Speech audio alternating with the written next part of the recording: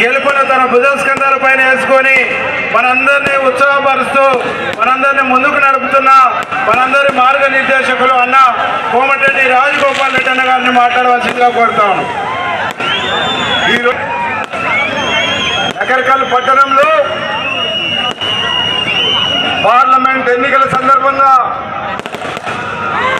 ప్రచార కార్యక్రమంలో భాగంగా ఏర్పాటు చేసిన సభకు అధ్యక్షత వహిస్తున్న స్థానిక శాసనసభ్యులు మీరందరూ తెలంగాణలో రికార్డు బ్రేక్ చేసి హైయెస్ట్ మెజార్టీతో గెలిచిన కాంగ్రెస్ పార్టీ ఎమ్మెల్యే గారికి, అదేవిధంగా పెద్దలు సోదరులు మాజీ మంత్రివర్యులు జానారెడ్డి గారికి, అదేవిధంగా సోదరులు వెంకటరెడ్డి గారికి, మిగతా శాసనసభ్యులు అందరూ పేరు పేరున ప్రతి ఒక్కరికి సమయం తక్కువ ఉంది కాబట్టి చాలా మంది జనం ఇప్పటికే వెళ్ళిపోతున్నారు.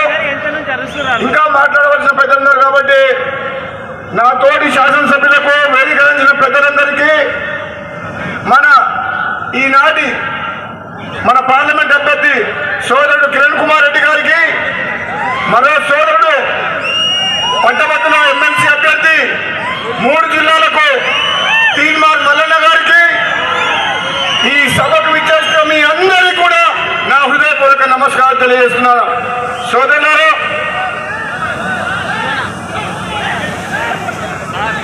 మల్లికార్జున్ ఖర్గే గారు, అఖిల భారత కాంగ్రెస్ ప్రెసిడెంట్ గారు ఈ నకరికల్ గడ్డ మీద అడుగు పెట్టిండ్రు అంటే ఇక అవతల పార్టీ వాళ్ళు ఆశలు వదులుకోవాల్సిందే. ఏ సర్వే చేసినా ఒకటే చెప్తున్నారు, నల్లగొండ జిల్లా అంటే, భువనగిరి కిల్లా అంటే అది కాంగ్రెస్ అడ్డ. ఎవరు వచ్చినా ఏమి చేయలేరు ఇక్కడ.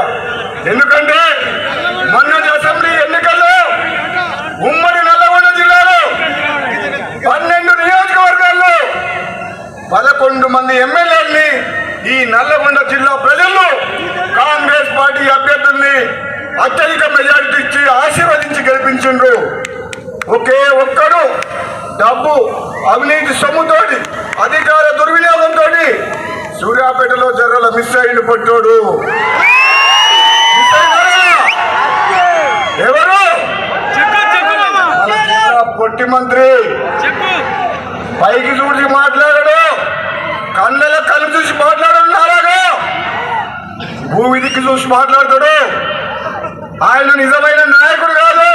ఇంత ముందుకు మా సామెలు చెప్పినట్టు మందుల సోడా పోసి ఎమ్మెల్యే అయిండు, మంత్రి పదవి తెచ్చుకుండు, కానీ కష్టపడి పైకి వచ్చిన ప్రజల నుంచి వచ్చిన నాయకుడు కాదు.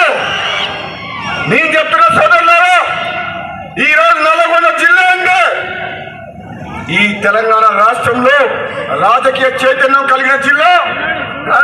నల్లగొండ జిల్లా అంటే విప్లవాల కిల్లా అంటారు. ఈ నల్లగొండ జిల్లాకు ఒక ప్రాధాన్యత ఉంది. ఇక్కడి నుంచి పెద్ద నాయకులు ఉన్నారు.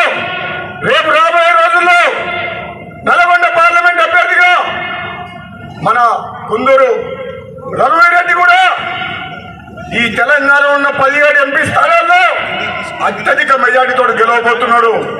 2వ స్థానంలో సోదరుడు కిరణ్ కుమార్ రెడ్డి కూడా పెద్ద మెజార్టీతో గెలవబోతున్నాడు. మీకు తెలుసు, ఇప్పుడు బీఆర్ఎస్ పార్టీ అది చచ్చిపోయిన పార్టీ. అవునా కదా? ఉండదా?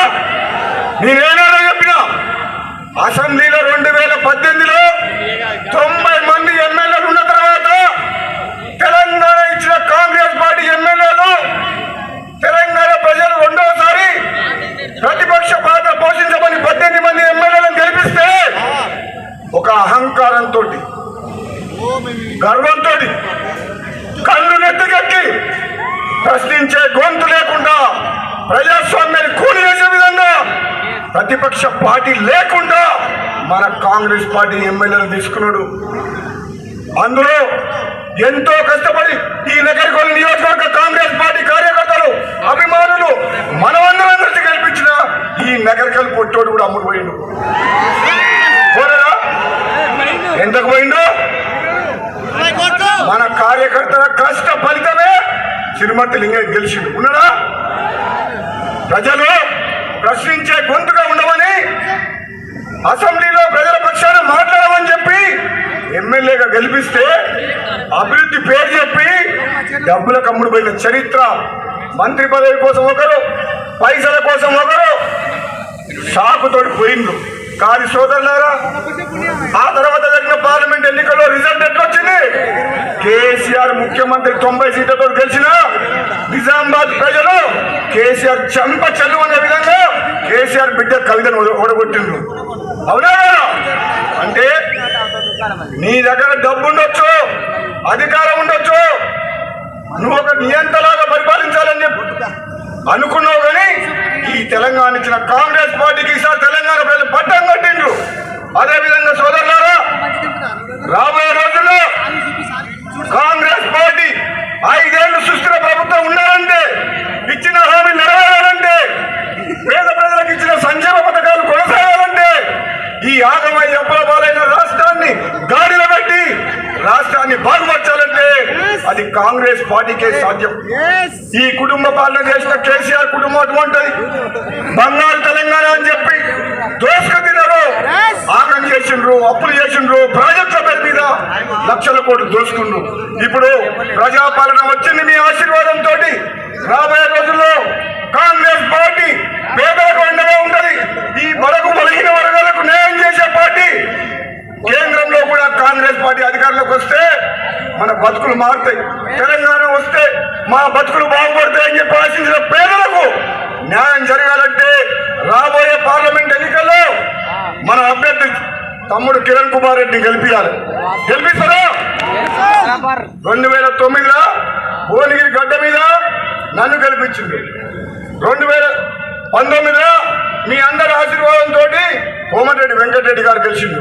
2024 ఇప్పుడు 20 ఏళ్ళు కాంగ్రెస్ పార్టీలో, యువజన కాంగ్రెస్ పార్టీలో, ఎన్ఎస్ఏలో 20 ఏళ్ళు పార్టీ కోసం కష్టపడితే అధిష్టానం ఆశీర్వదించి టికెట్ ఇచ్చిన కిరణ్ కుమార్ రెడ్డి వచ్చిన మన ముందుకి.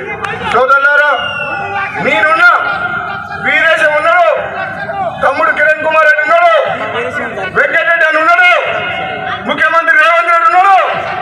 నీవు అన్నదమ్ముల్లాగా 5 పంచ పాండవులాగా ఈ ప్రాంతంలో సాగునీరు విషయంలో వివిధ వర్గాలు కష్టాల్లో ఉన్న పేదలకు అన్ని రంగాల్లో భువనగిరి పార్లమెంట్ నియోజకవర్గాన్ని అభివృద్ధిలో ముందుకు తీసుకుపోయే బాధ్యత మేము తీసుకుంటాం.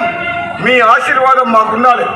మొన్ననే మా ప్రభుత్వాన్ని, మా పార్టీని, మమ్మల్ని అందరినీ ఆశీర్వదించి భువనగిరి పార్లమెంట్ నియోజకవర్గంలో 7 అసెంబ్లీలు ఉంటే 6 ఎమ్మెల్యేలను గెలిపించారు. అదే ఆశీర్వాదం, మీ అభిమానం, ప్రేమ తమ్ముడు కిరణ్ కుమార్ రెడ్డి మీద రాబోయే మే 11న మీ అమూల్యమైన ఓటేసి గెలిపిస్తే 5 ఏళ్ళు మీకోసం కష్టపడతామని చెప్తున్నా. 5 ఏళ్ళు ఈ ప్రాంతాన్ని సస్యశ్యామలం చేస్తాం, పేదల కన్నీళ్లు చూస్తాం, బడుగు బలహీన వర్గాలకు అండగా ఉంటామని చెప్పి తెలియజేస్తున్నా. కార్యకర్తలు, ఇక్కడ వచ్చిన కార్యకర్తలు 3 రోజులు మీరు కష్టపడండి. 11, 12, 2 రోజులు ఇంటింటికి పోండి, కాలు మొక్కండి, కళ్ళు తలకాయ పెట్టండి. కాంగ్రెస్ పార్టీ ఇచ్చిన హామీలు నెరవేరుస్తుంది. ఆగస్టు 15లోగా మా ముఖ్యమంత్రి యాదగిరి లక్ష్మణస్వామి సాక్షిగా చెప్పిండు, రైతుల రుణమాఫీ చేస్తామని చెప్పిండు. ఏ విషయంలో కూడా కాంగ్రెస్ పార్టీ ఎంతకపోదు, ఇచ్చిన మాటకు కట్టుబడి హామీలు నెరవేర్చి మీ వెంట ఉంటామని తెలియజేస్తూ, అదేవిధంగా రాబోయే రోజుల్లో మే 20న గ్రాడ్యుయేట్ ఎమ్మెల్సీ కాన్స్టిట్యున్సీ ఎన్నికల్లో జరగబోయే ఎన్నికల్లో మీ అందరు తెలుసు తీన్మార్ మల్లన్న. ఆయన పేరు తెలవనోడు, ఏ మనిషి లేడు తెలంగాణలో. ఎన్నోసార్లు అవమానాలు ఎదుర్కోను, ఎన్నో రకాల ఇబ్బంది పెట్టింది ప్రభుత్వం. అయినా ప్రజల పక్షాన పోరాటం ఆపలేదు. ఈరోజు కాంగ్రెస్ పార్టీ ఈ పట్టభద్రుల ఎమ్మెల్సీగా టికెట్ వచ్చింది కాబట్టి మీ నల్లగొండ జిల్లా ప్రజలు, ఖమ్మం, వరంగల్ మీ అందరి ఆశీర్వాదంతో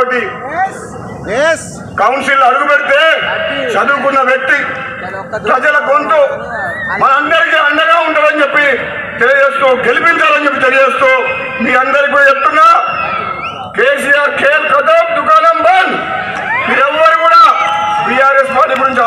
అవసరం లేదు. మన దగ్గర బీజేపీ లేదు. క్యామల్లేసి పేరు ఎవరికైనా తెలుసా? నల్గొండ జిల్లాలో విన్నారా? అసలు బీఆర్ఎస్ పార్టీ నాయకులు ఈ రోజు ప్రతి ఒక్కరు కూడా రోజుకు కొన్ని వందల వేల మంది కాండవాళ్ళు కప్పమంటుండ్రు. కప్పుతున్నావా లేదా మనం? మీ నగరకాలు ఉన్నారు ఎవరైనా? నా మునుగోడులో అయితే ఖాళీ అయిపోయింది. ఇక మాకు వేరే పార్టీ లేదు మునుగోడులో. ఇక మేము కొట్లాడుకోవాల్సిన కొత్త పార్టీ లేదు. బీఆర్ఎస్ పార్టీ లేదు.